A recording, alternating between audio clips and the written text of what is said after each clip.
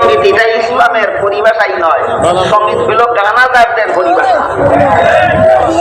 সঙ্গীত ইসলামী পরিভাষা না। ইসলামী শব্দ জুড়ে দিলেই সঙ্গীত সঙ্গীত ইসলামী হয়ে যায় না। ইসলামী শব্দ গানের মধ্যে জুড়ে দিলেই গান কোনোদিন ইসলামী হয়ে যায় না। ইসলামী শব্দ বাজনার মধ্যে জুড়ে দিলেই বাজনা কোনোদিন ইসলামী হয়ে যায় না। ইসলামী শব্দ মূর্তি পূজার সাথে জুড়ে দিলেই মূর্তি পূজা কোনোদিন ইসলামী হয়ে যায় না। তাই জামিউল ফাতোয়া লেখে সঙ্গীত এটা ইসলামী শব্দই না। সঙ্গীত হইল ফাসিক ফুজ্জার পাপিষ্ঠদের পরিভাষা, যারা সদা সর্বদা হারাম গান বাজনা নিয়ে ব্যস্ত। তাইলে ইসলামী পরিভাষা কি?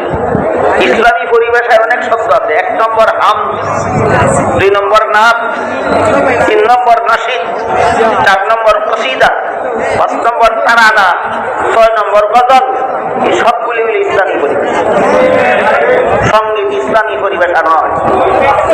গান যেমন হারাম, সঙ্গীত যেমন হারাম।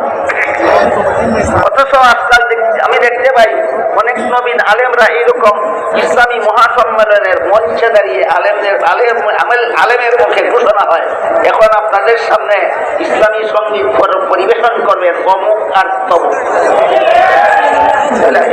ইসলামী সঙ্গীত যেহেতু আপনারা পরিবেশন করতে জানেন, তাহলে আর কিছুক্ষণ পরে ইসলামী মূর্তি পূজাও পরিবেশন করব। মেন কেন্দ্র নতুন ভবন।